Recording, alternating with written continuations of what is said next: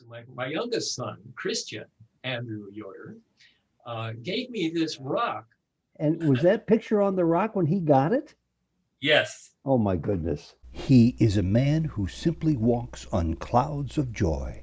A longtime follower of Sri Sathya Sai Baba, Gary Yoder. Swami's walking toward us, but as he's coming toward us, all of a sudden I see his form change. That I woke up one morning and knew that it was Jesus. I feel it just has filled my heart. That was who he turned into. He was acknowledging my background in practicing the Christian faith. Yeah. A transplant from the Midwest to San Diego, Gary is president of the Sharon and Sam Sandweiss Sai Center, where he's been a member for 43 years. Over the decades, Gary and others have welcomed devotees from all sorts of backgrounds to their center, including the creator of Gumby. Oh yes, Art Clokey came. Art Clokey, the creator of Gumby. In fact, I have what he created from his clay animations, and it's the Gumby and the Pokey characters.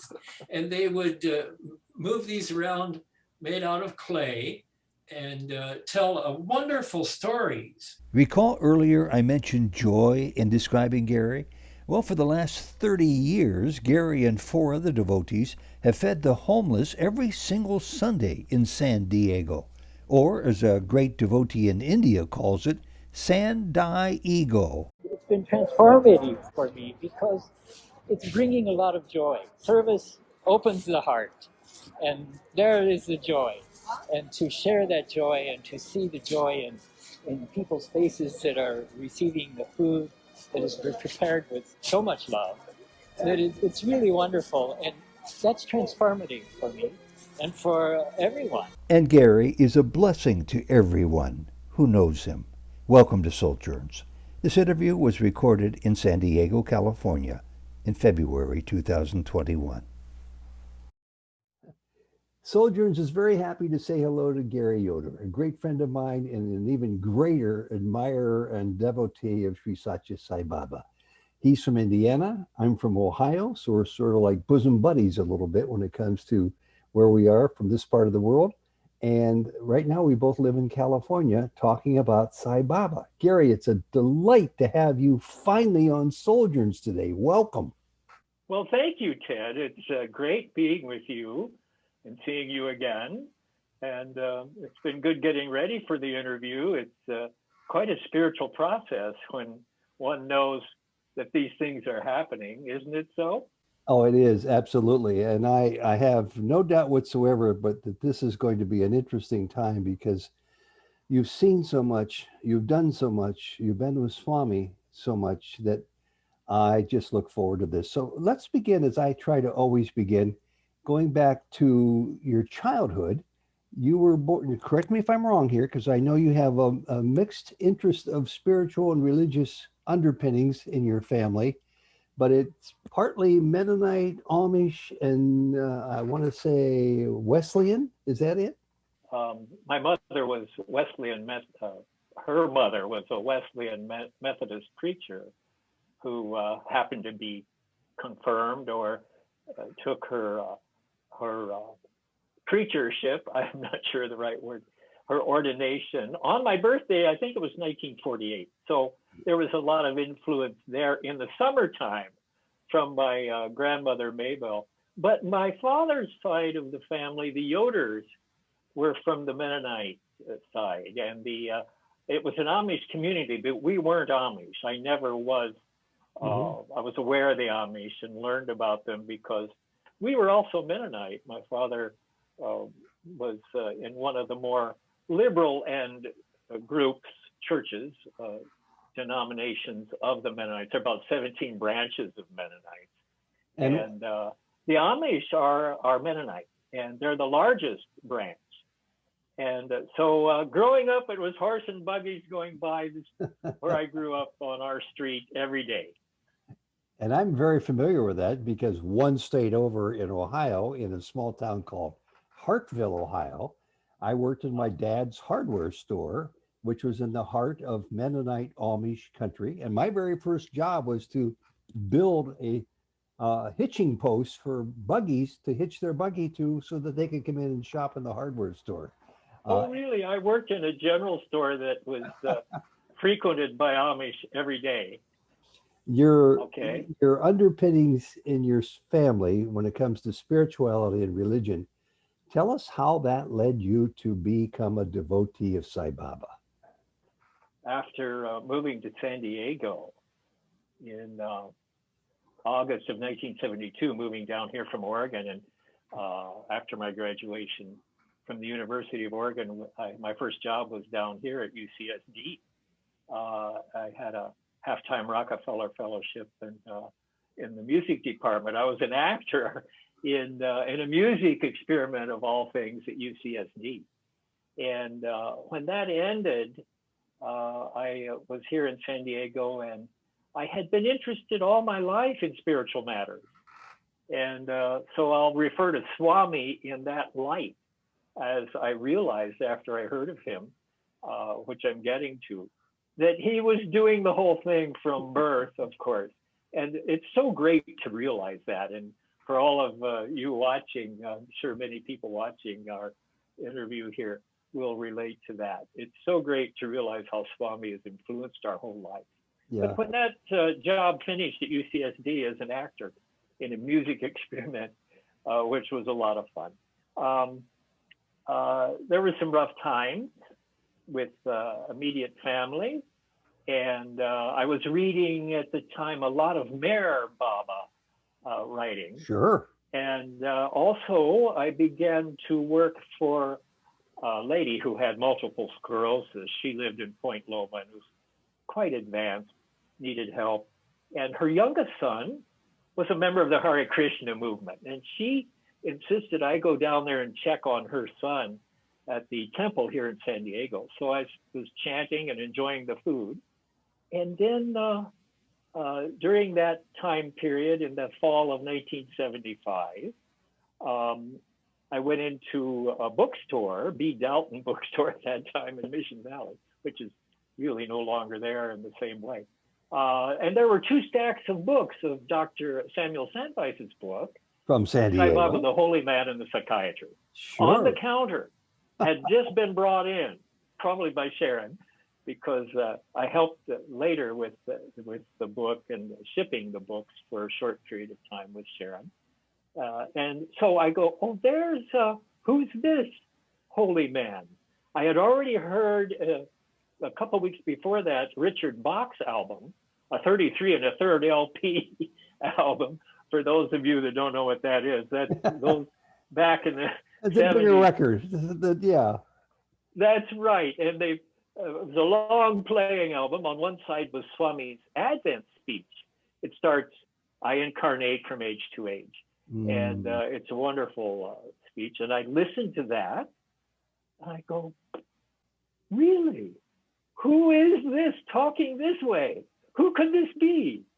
So on the other side were these beautiful songs, the bhajans.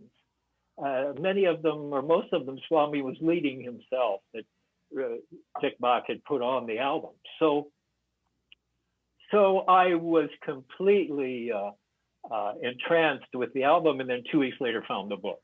So I spent the rest of that fall, that was probably in September of 1975, and I spent the rest of 75 reading the book. In every picture of Swami that Sam included in the book, I was seeing everybody I knew, especially family members, in his face. It was kind of an amazing read of a book to have that happen. Well, it was sort of like Sai Baba hooked you and then he cooked you, because it must have been shortly thereafter that you found yourself becoming a Sai Baba devotee. Yes, he did begin cooking me, and I wish he would still turn down the heat once in a while. No, he wants you to be well done. I think so. And you talked about Sharon and Sam. So was it about that time that you joined their study circle, which I think is the oldest in America? It's what, 44, 45 years old now? That's correct. They had been going for several years at that time. And so I came in, maybe their 3rd year of having a center in their home. It was a study circle along with the Bhajans.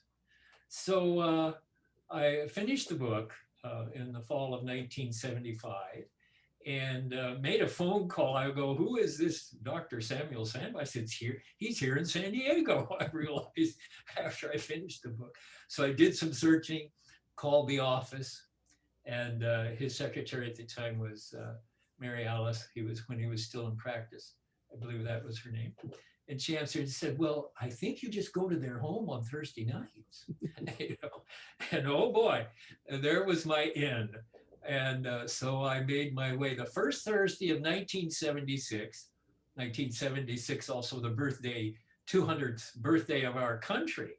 Well, that was my birthday, the first Thursday of 1976, going to a bhajan. So from 1976 to 2021, you've been there right along in many capacities, not just as a devotee, but as the president multiple times of the organization. The position you hold today, surely you must have been to see Swami a couple of times. Well, that's true. I've made 6 trips to India. The first trip was to me, the most notable in many ways. It is still unfolding. And those of you watching and have been around Swami, you know how that happens, how sometimes a glance, you may realize later, years later, what that means. There are similar things with me from that first trip. Well, you spiked my curiosity. What does it mean when you say it is still unfolding from your first trip decades ago? Well, for example, I was talking here earlier with you about my background, the Christian background. And by the way, I have to acknowledge, I'm so thankful for that and for my mother. And then I'll get back to Swami and what's unfolding. But my mother, when I was 6 and 7 years old, made sure that her kids, I'm the oldest of 4, made sure that I went to the Bible school. The Mennonite Bible school down the street. It was a block and a half from where we lived. It was so easy to walk there for a little way. And I'll never forget what I came away with from that God is actually omnipresent and is everywhere. And so what's unfolding still with Swami is what he did on that first trip. I think it was the 3rd day of seeing him. 12 of us went with Sam Sandweiss to India in May of 1976. I'd only been going to the center for a few months, about 5 months. Went to India right away and so eager. And I felt Swami brought me there. I felt I didn't do too much doing, that it was actually the omnipresent Lord that I was so thankful for through all my growing up years. And it was the 3rd day, Ted. And Swami would come out on the dais under the tent at Dharmakshetra in Bombay, was where we were seeing him. And then he would come down right away after some bhajans and walk among the few people. The crowd of devotees increased day by day for those 5 days that we were there before going to Vrindavan. And it was the 3rd day. He came walking toward Peter Kaiser and I. I was sitting beside Peter Kaiser in his wheelchair, another devotee who went with us, who I was getting to know very well, and a devotee that I appreciate so much from our San Diego Sai Baba Center. Was sitting right beside him. Swami's walking toward us to go past us, not to us. But as he's coming toward us, all of a sudden I see his form change to, I didn't know who it was, but long hair and old antique looking. You know how those photographs look, Ted, that are kind of antique and kind of brown? But he changed his appearance for you, apparently. Yes, it was, because I nudged Peter after, it was about, I'd say 5, 6, 7, 8, no more than 10 seconds till he walked on by and I saw him change back to himself in the red robe and his beautiful afro-looking hair. And I nudged Peter. I said, "Did you see that?" Peter said, "No, didn't see anything." So I kept that in my heart and wondered who it was. There were other figures with him, dressed in kind of old garb, but that antique brownish look. And but the intent look on this main figure that Swami changed to was he was going somewhere. He was moving along, and I felt like a little boy sitting alongside of a road watching somebody go by. Wow. So that was the gist of it until this past January. Talk about unfolding. I woke up one morning and realized I'd been asking through the years. In fact, I asked several people.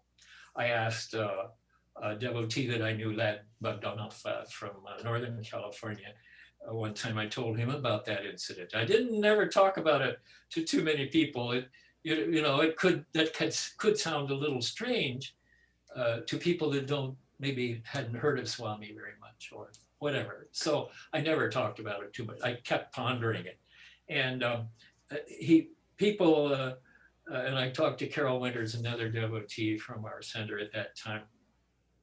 And she said, well, maybe it was an old guru of yours.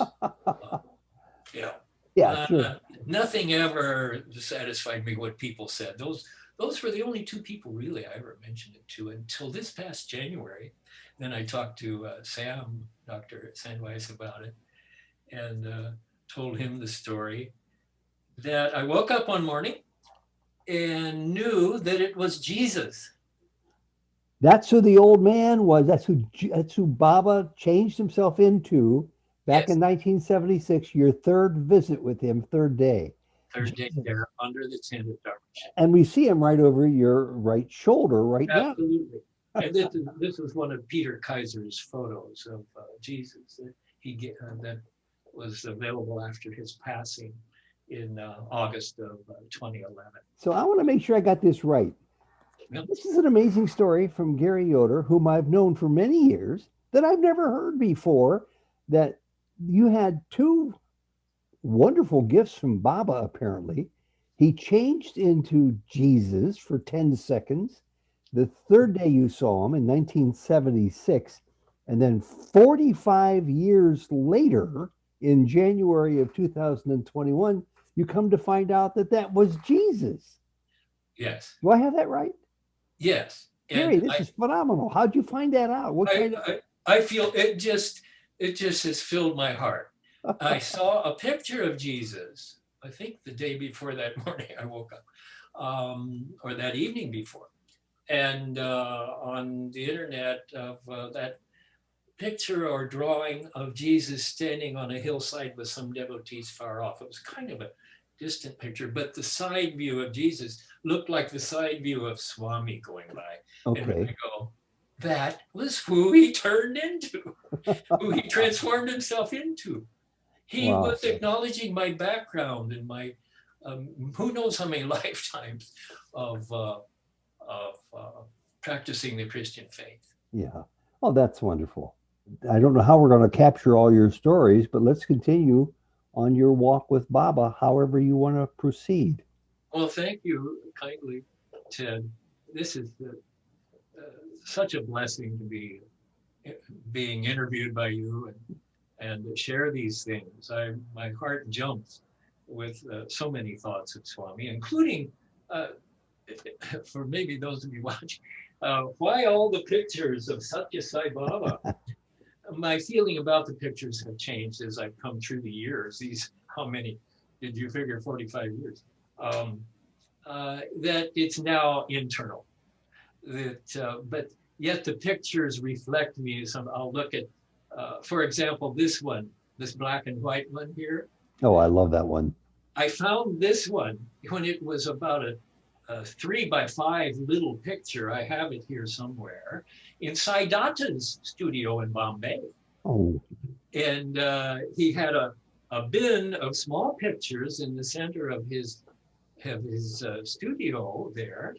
While we were there that first week in 1975 in Bombay at Dharma Center, we had the opportunity to go to his studio. And I found this one and had it blown up. It's this one I just love. I should bring it a little closer so everyone can see it a little. Go get it. All right. And this photo, to me, is complete joy and aliveness. Is that closer? Just bring it over. We want to see it full camera. There you go. That's a great photograph. This photo, to me, it shows, it makes me feel how alive Swami is in the heart. Yeah. With his Shakti, the love that animates all of this creation, this changing, maybe illusion, if I can even understand what the illusion is, that he's created and then created himself within the illusion. It's rather amazing what the knowledge that I feel I've learned as this unfolding happens. But this picture to me shows his complete aliveness and quickness. That was one thing that I found with Swami very early on in the 1970s, how quick and alert Swami is. Mm-hmm. And it's still so. And then for him to say, I'm not this body, then you start realizing more and more that it's within you and you are one with him. Yeah. And that alertness and quickness can be also how you, with a clearer and purified heart and mind, how quick I can be, or that we can all be in responding to others and sharing this love from the resident of our hearts. Yeah. Sometimes I got two quick points to make. One is you made a comment about you're still confused or find it interesting about the illusion that Baba would talk about, the illusion of who you are, Gary Yoder sitting there. You're an actor playing a role in this grand spiritual play. You of all people, having been an actor, having studied acting, know what it's like. I mean, not only do we have dreams at night, they're illusory, daydreams, we also have real life examples of dreams and acting on a stage. You have that knowledge better than most of us. So you're still not quite convinced of what the illusion of Gary Yoder is all about yet? Well, that involves my attachment to the body mostly, and to desiring and seeing everything as separate. You know, we desire objects, we desire this and that. But when we start seeing that it's really all one, yeah, then everything starts changing. But that takes a lot of practice, and for me, it's been very difficult. So yes, the illusion persists. But you've never lost that smile on your face during all these decades of practice. Okay, next big event in your walk with Sai Baba. Move us forward now. Okay, well, our center and satsang, and you mentioned all the people that have come through the center, and I'm so grateful for that satsang. I mean, we had special monthly, at least, speakers, and many of them coming from India, devotees of Swami. Dr. Gokak came, a privilege to meet him, and Mystery, I could say Mr. Mystery, he brought a lot of beautiful photos of Swami, and grandkids. You're leaving one out you told me about yesterday, the creator of Gumby. Oh yes, Art Clokey came. Art Clokey, the creator of Gumby. In fact, I have what he created from his clay animation. He was one of the first clay animation motion picture developers of children's stories, and it's the Gumby and the Pokey characters from those stories, and they would move these around, made out of clay, and tell wonderful stories of living right and doing good for other people. So you may be familiar with that. Well, I am, in fact, more so than you realize. I did a little research on his background, and his first national appearance with Gumby was on a program I watched religiously, so to speak, every day back in the 50s, Howdy Doody. Gumby made his debut on the Howdy Doody show, and he was famous around the world because it was used in all sorts of not commercials, but films, short vignettes, early stages of television. And you know, I'm going to be 76, and you know, you've got a couple of months on me somewhere down the road, and people much younger than 70 have never heard of Gumby before, I'm sure.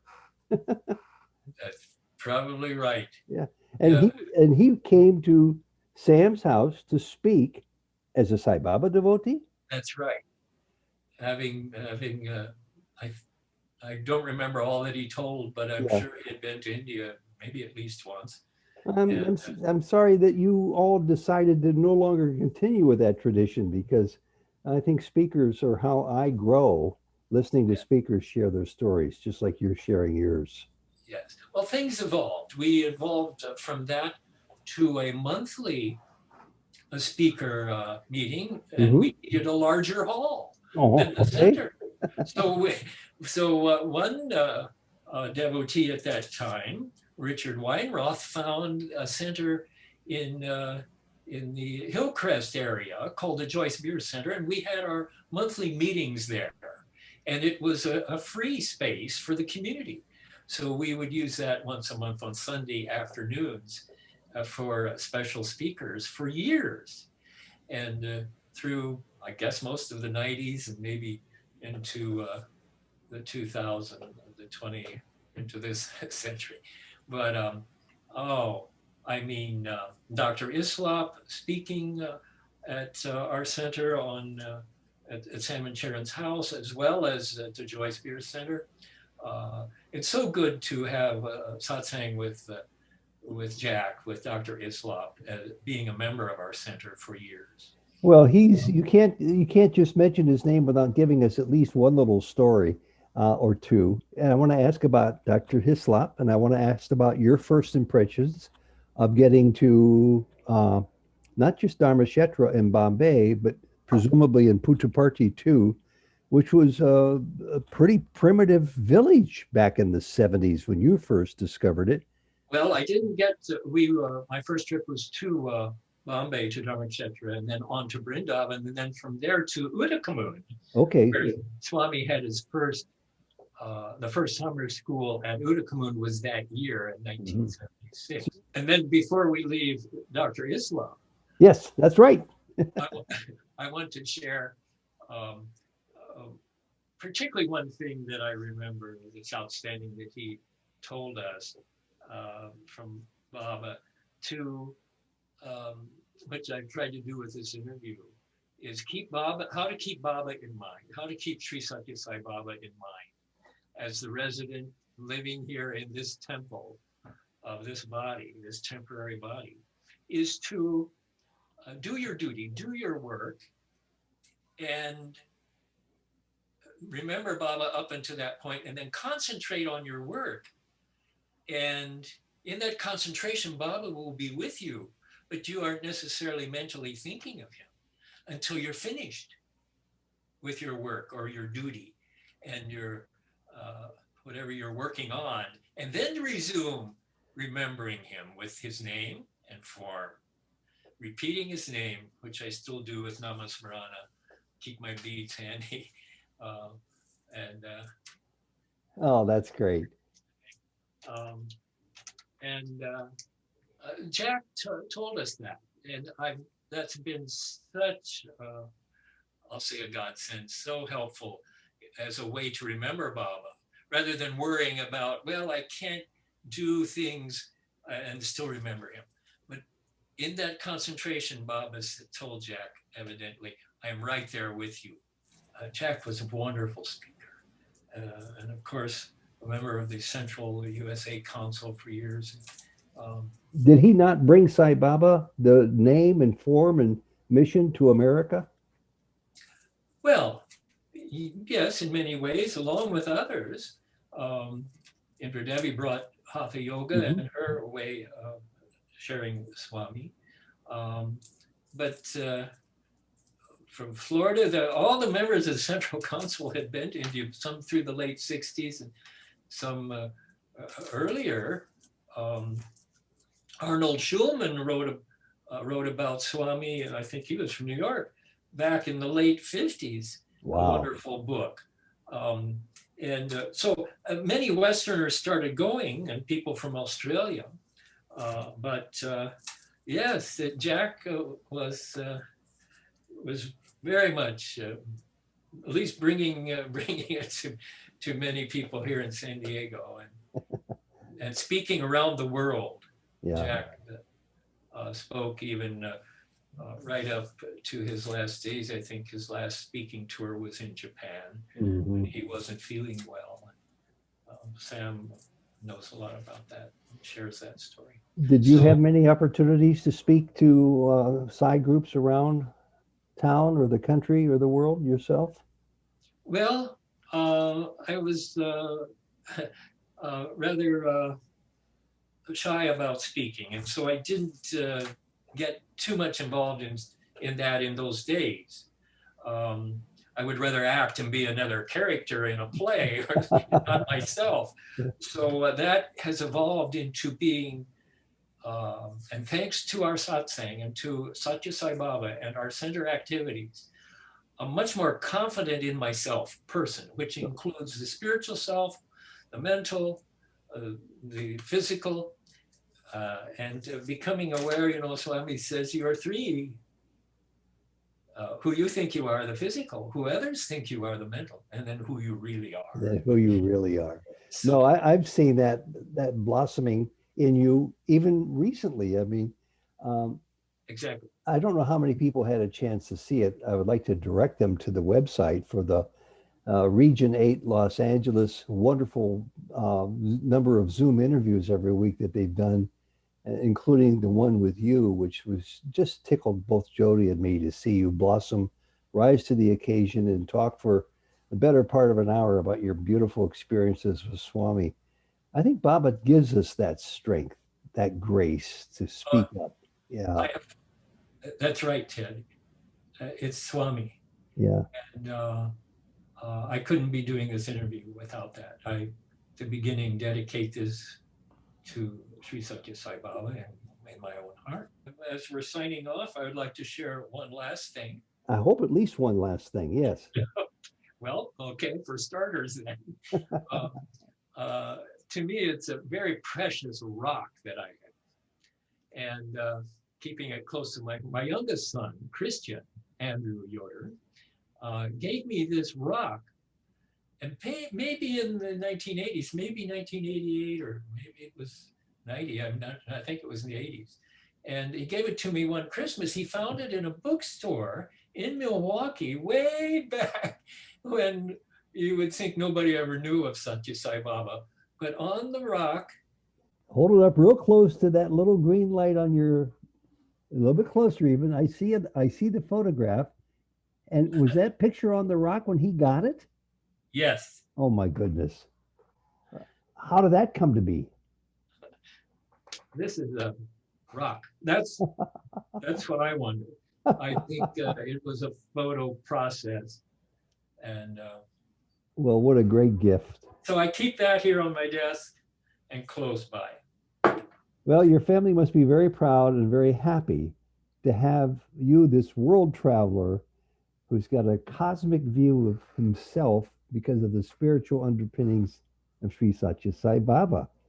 Do they, my family, it's so remote to them, they don't dare think they might embarrass themselves by asking questions of me. So for the most part, my expanded family of one of 6 kids don't ask me about it. But do your kids occasionally ask you about Sai Baba? Oh, yes, they attended bhajans for years at the San Diego Center. Somewhat, they weren't regular, but often. And some of my kids and immediate family have taken an interest. My daughter has taken an interest in Swami. So it varies. I mean, from person to person within families, and we hear of many things. But Swami has told us he takes care of everyone in the family. Yeah. He told me that for generations. I know. It's amazing. So I want to end with maybe an interesting final story from you, followed immediately by your answer to the question I've asked 450 times. of devotees, and that is, who is Sai Baba? But let's start with the story first. Oh, good. Well, from my trip in 1988, I didn't know Swami even knew I was there at the ashram at Puttaparthi. Krishantignilio is the name of the ashram. And it was still sand then. There was no Sai Kuwant Hall with the beautiful covering and the lighting. It was all on the hot sand, in the hot sun rather. And but I didn't, it was a wonderful trip to see Swami twice a day, coming out and seeing his form and hoping to get at least a glance. So it came to my last day after over 3 weeks there, and I was leaving my room, and I thought, well, I must write a note and ask Swami's permission to leave, and I want to take his love back to the devotees to San Diego, and I wrote that out in a short way. Do I have your permission to leave? And I thank you for this trip. I want to take your love back. And so I put that in my pocket, and I was way back in the crowd for my last darshan. Swami comes through the crowd, wants that note. Oh, Gary, really? Yeah. That's a beautiful story, because I never saw him do that very often, but I hear from time to time how he did just the way you described it. Yeah. Was it a thrill? And he touched my little finger when he took it out of my left hand. And I still feel that touch. Was that a thrill? Is that what? Was that a thrill for you? Oh, yes. When I want to concentrate on it, I feel some circulating energy through this temple. Oh, that's a beautiful story. There'll be many more to come, but right now, the final question: who is Sai Baba? Sai Baba, for me, after all these years, has become what is termed my very self, which includes what I mentioned a moment ago, the whole self, including this illusory temple. The body does not last. We all know that with birth comes death, but Swami never dies. And so our true self is eternal, is our eternal self. So that's who Sai Baba is. He is our eternal self. And his form is so important regarding that. For the organization that he has established, for all the devotees to realize him in their lifetime, to realize who they are of these three, the mind, the physical, and the real self. That's our goal in life. So that's who he is our goal. Oh, that's a wonderful story. They've all been wonderful today, Gary. The time has just flown by. We haven't even scratched the surface yet. So you've promised me you'll come back for a follow-up interview, and we'll get some other stories, because I'm aware of some of them you forgot to tell us about that are just sensational. Thank you very much, Gary Yoder, the president of the Sri Sathya Sai Baba Center of San Diego, California, Point Loma, where it all started almost a half century ago by our buddies Sharon and Sam Sandweiss. And you're a buddy for all of us, deeply so. God bless you. Sai Ram, and we look forward to seeing you again, Gary. Thanks. Sai Ram, Ted, and Swami bless you. Thank you. Sai Ram, Sai Ram, Sai Ram. Bye-bye.